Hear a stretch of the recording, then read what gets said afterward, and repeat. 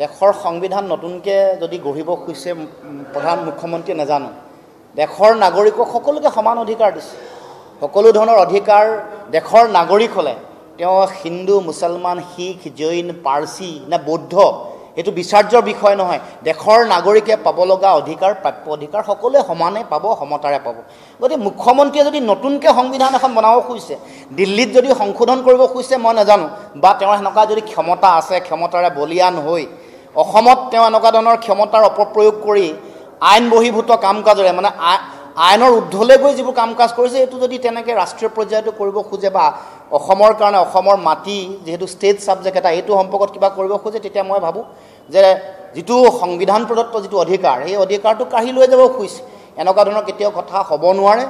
এটো এটা সাম্প্ৰদায়িক দৃষ্টিভংগীৰে কৰা বক্তব্য যিটো বক্তব্যৰ যোগেদি পুনৰ মানুহৰ মাজত এটা এটা বিষয় কেতিয়াবা বিবাহ কেতিয়াবা মাটি কেতিয়াবা আন কথা মানে সাম্প্ৰদায়িক টুল হিচাপে অস্ত্ৰ হিচাপে ব্যৱহাৰ কৰে এবাৰ এতিয়া মাটি আহিছে কিছুদিনৰ আগত বেলেগ কিবা এটা কথা কৈছিল তাৰ মানে মূল কথাটো হিন্দু মুছলমান কৰি থাকিব লাগে কিন্তু 2024 চনৰ নিৰ্বাচনে হিন্দু মুছলমানৰ ৰাজনীতিৰ পৰিৱেশটো ৰিজেক্ট কৰিছে এই কথা তেওঁ বুজি পোৱা দৰকাৰ যিমান জোৰ কৰি চেষ্টা নকৰক লাগিলে এটা সময়হে থাকে এটা সময়লৈকে এনেকুৱা ধৰণৰ সাম্প্ৰদায়িক ৰাজনীতিয়ে মানুহক মোহাচন্ন কৰি বিভাজনৰ যোগেদি মানুহৰ ভোট ল'ব পাৰে কিন্তু এতিয়া সাধাৰণ জনতা এই কথা সম্পূৰ্ণৰূপে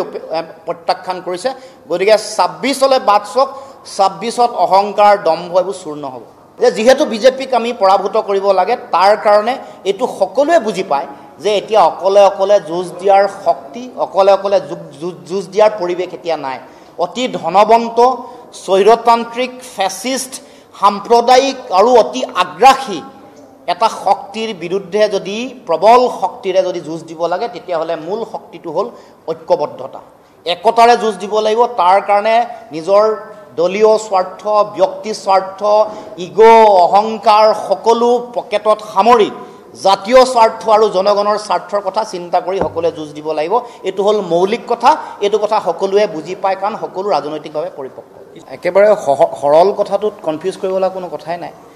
আঞ্চলিক ৰাজনৈতিক এটা ধাৰা আছেই থাকিবই আৰু ৰাষ্ট্ৰীয় ৰাজনৈতিক দলবোৰৰ তেওঁলোকৰ এটা নিজা আদৰ্শ দৰ্শন আছে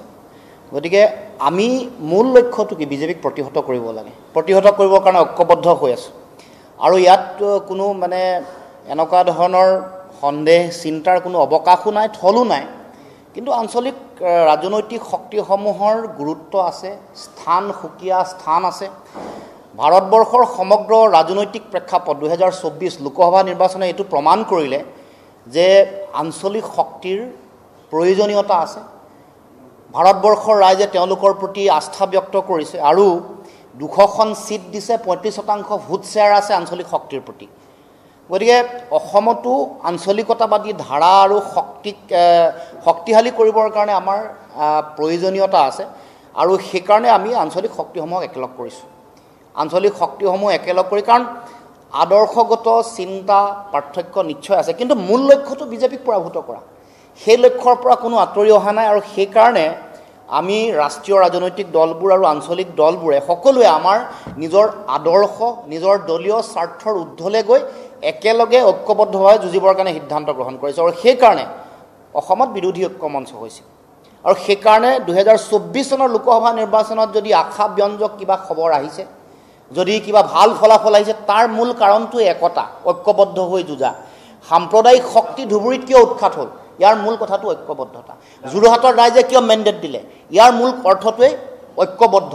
ডিব্ৰুগড়ত জনতাই ইমান বহুত বেছি ভোট কিয় দিলে কাৰণটো একতা গতিকে এই কথাটো ঠিক যে 26তো আমি একেলগে যুঁজিব লাগিব কিন্তু আঞ্চলিক শক্তিসমূহৰ এটা সকলোকে মিলি এখন মঞ্চ কৰাৰ মই ভাবোঁ যে কোনো ধৰণৰ ইয়াত বিৰোধ থাকিব নোৱাৰে কোনো কাৰণত গোটেই মঞ্চখনৰ লগত বিৰোধী ঐক্য মঞ্চৰ লগত দ্বন্দ্বও নহয় সংঘাতো নহয় লক্ষ্য সকলোৰে একে বিজেপিক পৰাভূত কৰিব লাগে পৰাভূত কৰিবৰ কাৰণে একেলগে থাকিব লাগে ঐক্যবদ্ধভাৱে যুঁজিব লাগে এইটো হ'ল মূল কথা